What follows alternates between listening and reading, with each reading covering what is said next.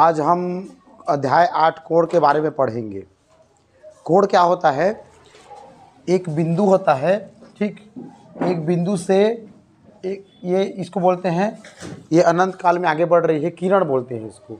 एक तरफ बिंदु रहेगा और दूसरी तरफ आगे बढ़ते जाएगा, ठीक है, सीधी रेखा में, उसको किरण कहते हैं।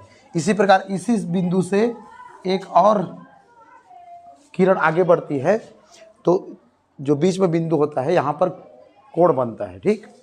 तो इसको कहते हैं कोण। जो दो किरण के बीच में जो झुकाव होता है या मोड़ होता है उसको कोण कहते हैं, ठीक। समझ में आया कोण क्या होता है?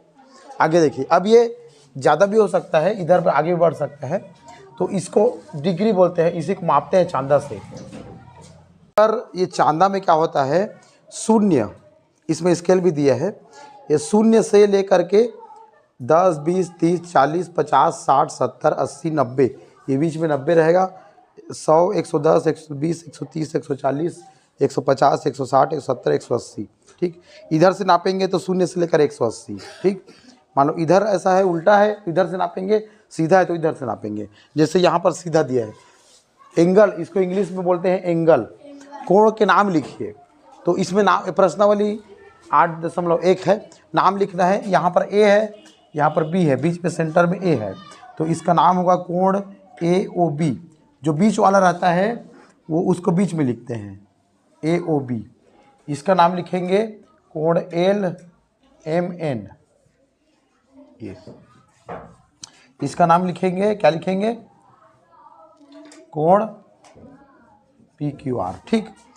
चांदे की सहायता से कोण को मापना है। अब नापना है, देखो ये वाला बिंदु को आप लोग यहाँ रखोगे ऐसा, ये वाला रेखा ऐसे सीधा आएगा, ये होगा 70 अंश, ये ऐसे 70 अंश माप लीजिए। इसको भी ऐसे मापेंगे, ऐसे रखेंगे।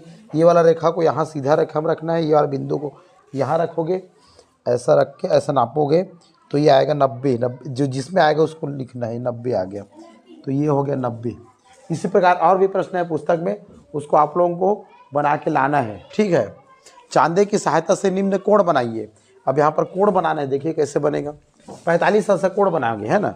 तो सबसे पहले एक यहाँ पर ऐसे लिख, ये स्केल की सहायता से यहाँ पर बिंदु है, ऐसा आप खींचोगे, ठीक। अब ये जो बिंदु है इसको यहाँ रखोगे, ये ऐसा यहाँ से रखा गया, ये सीधा 45, 10, 20, 30, 40 और ये 1, 2, 3, 4, 5, ये बीच वाला यहाँ पर ऐसे बिंदु डालोगे, ठीक। बिंदु डाला गया। अब इसको और ये बिंदु को ऐसे मिलाओगे, ठीक। अब ये हो गया कोण ABC कोण। अब ये कोण ABC बराबर कितना अंश हो गया, 45 अंश। आप के देख सकते हो, ऐसे इसको रखोगे यहाँ पर, ऐसे 45 अंश आ गया। 120 अंश बनाना है, तो यहाँ पर बिंदु डाले, है ना, इसको मान लीजिए Q डाल दिए, ठीक। अब यहाँ से ऐसे खींचोगे सीधा, ये हम ऐसे खींच दिए, ठीक। इसको R नाम दे दिए। अब देखिए यहाँ पर इस बिंदु को इसके ऊपर में रखना है, ये ऐसा रखे और इसको इसमें सीधा में ऐसा रखने के बाद 120, तो 90 यहाँ रहे, 100 और 110, 120, ये है 120। तो यहाँ पर ये बिंदु आया। अब इसको क्या करेंगे, ऐसे मिलाएंगे, ये इसको नाम दे दिए PQR, ये हो गया 120 अंश। यह लिख देंगे कोण PQR बराबर 120 अंश। इसी प्रकार और भी प्रश्न है, उस सबको आपको बनाना है, ठीक। घर में बनाएंगे आप, मैं समझा दिए 2 प्रश्न, ठीक। 6 बजे घड़ी की दोनों सुइयों के बीच कितना कोण होगा, कितना अंश का, ये घड़ी है, देखिए अब बीच में है। अब देखिए यहाँ पर रहता है, कितना रहता है, 12, यहाँ रहेगा 1, यहाँ रहेगा 2, यहाँ 3, 4, 5, 6, 7, 8, 9, 10, ठीक। अब देखिए घड़ी की दोनों सुई, घंटे का सुई बड़ा होता है कि छोटा होता है, छोटा। तो 6 बजेगा तो घंटे की सुई कहाँ किधर रहेगा, 6 में रहेगा 12 में रहेगा? 6 में है ना।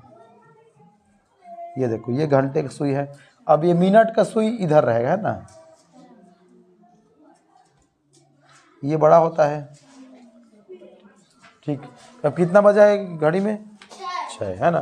तो देखो ये ऐसा है, ये ऐसा है, ये ऐसा है, इसमें कितना सा कोण बन रहा है अपना अपना है।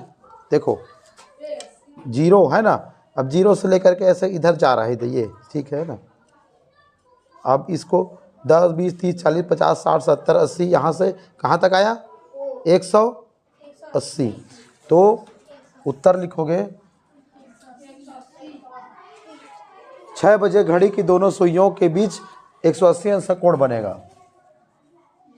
180 अंश बस लिख दो, ठीक है। ये आगे उत्तर, ठीक है, लिख लीजिए इसको।